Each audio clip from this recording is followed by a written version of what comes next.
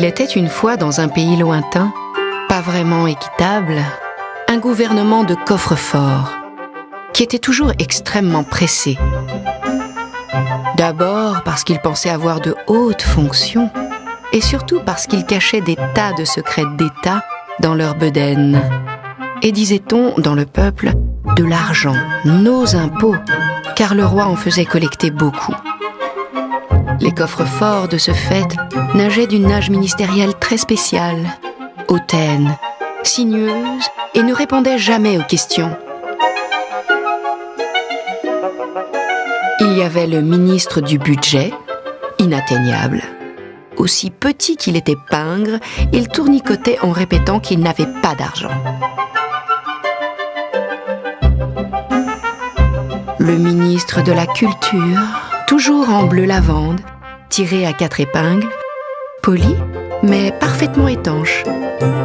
Le ministre de la santé, mais il était toujours enrhumé et s'en allait tout le temps au cimetière. Et enfin, le ministre de l'Agriculture, très jovial, toujours coincé entre 2 foires au saucisson et 3 petits verres de vin, mais jamais au courant de rien. Par contre, ce que tout le monde savait dans le pays, c'est que pour ne pas être pillé, les armatures des poissons-coffres étaient recouvertes d'une gélatine toxique qui vous paralysait les muscles du gosier. Et même quand on en ouvrait un, l'intérieur était toxique aussi. Alors un jour, le peuple excédé envoya la plus charmante des espionnes pour découvrir ce que le roi cachait.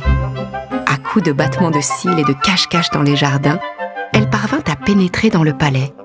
Quelle ne fut pas sa surprise de voir qu'il dissimulait un tout petit bébé, un prince calculette qui avait le pouvoir de transformer en or tous les sous qu'on lui apportait et faisait fructifier le pactole de son père.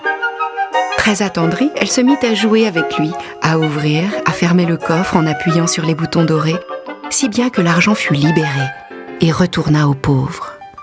Éclairé, le prince congédia ses ministres, il instaura justice et équité, épousa la belle et lui ouvrit son cœur et ses coffres. La mère, on n'en a qu'une.